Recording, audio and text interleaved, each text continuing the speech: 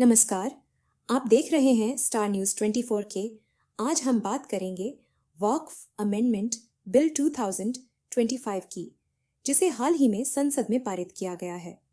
इस नए कानून में कई अहम बदलाव किए गए हैं, जिनका वक्फ संपत्तियों और उनके प्रबंधन पर बड़ा प्रभाव पड़ने वाला है।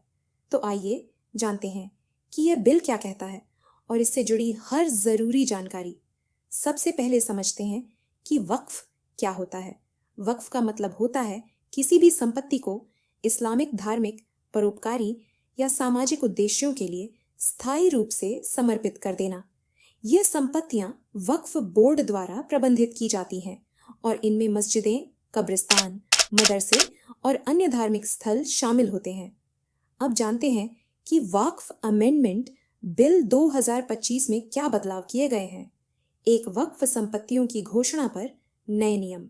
अब केवल वही व्यक्ति वक्फ घोषित कर सकता है जो पिछले 5 सालों से मुस्लिम धर्म का पालन कर रहा हो और उस संपत्ति का कानूनी मालिक हो। वक्फ बाय यूजर की अवधारणा को समाप्त कर दिया गया है, यानी अगर कोई संपत्ति लंबे समय से धार्मिक उद्देश्य के लिए उपयोग हो रही थी, लेकिन उसका कोई कानूनी दस्तावेज नहीं था, तो अब उसे वक्फ संपत्ति नहीं माना जाएगा। वक्फ संपत्ति बनाने के कारण अब किसी भी कानूनी उत्तराधिकारी, विशेष रूप से महिलाओं के अधिकारों का उल्लंघन नहीं किया जा सकेगा। 2. वक्फ बोर्ड के प्रशासन में बदलाव। अब केंद्रीय वक्फ परिषद में गैर मुस्लिम और मुस्लिम महिलाओं को भी शामिल किया जाएगा। राज्य वक्फ बोर्डों में अब शिया, सुन्नी पिछड़े वर्गों के प्रतिनिधियों के साथ साथ 2 मुस्लिम महिलाएं और 2 गैर मुस्लिम सदस्य भी शामिल होंगे।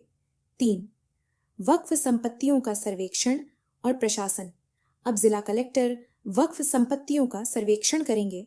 पहले यह जिम्मेदारी सर्वे कमिश्नर की थी।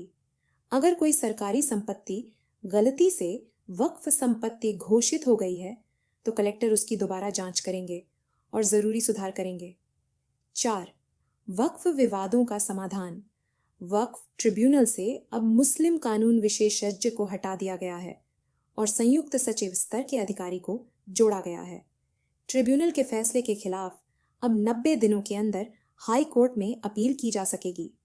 सरकार को वक्फ संपत्तियों की ऑडिट का अधिकार दिया गया है, जो कैग, सीएजी या सरकार द्वारा नियुक्त अधिकारी के जरिए होगी। 5. कुछ समुदायों के लिए अलग वक्फ बोर्ड।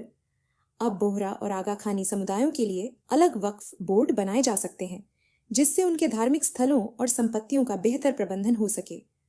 तो ये थे वक्फ अमेंडमेंट बिल 2025 के प्रमुख बिंदु।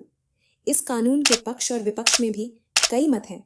कुछ लोग इसे पारदर्शिता और सुधार की दिशा में बड़ा कदम मानते हैं, तो कुछ इसे वक्फ संपत्तियों की स्वतंत्रता और स्वायत्तता में हस्तक्षेप बता रहे हैं। आपका इस पर क्या कहना है? क्या यह विधेयक सही दिशा में एक कदम है या इसमें और सुधार की जरूरत है? अपनी राय हमें कमेंट सेक्शन में जरूर बताइए। फिलहाल के लिए बस इतना ही। आप बने रहिए स्टार न्यूज़ 24 के साथ। मिलते हैं अगले अपडेट में। तब तक के लिए नमस्कार।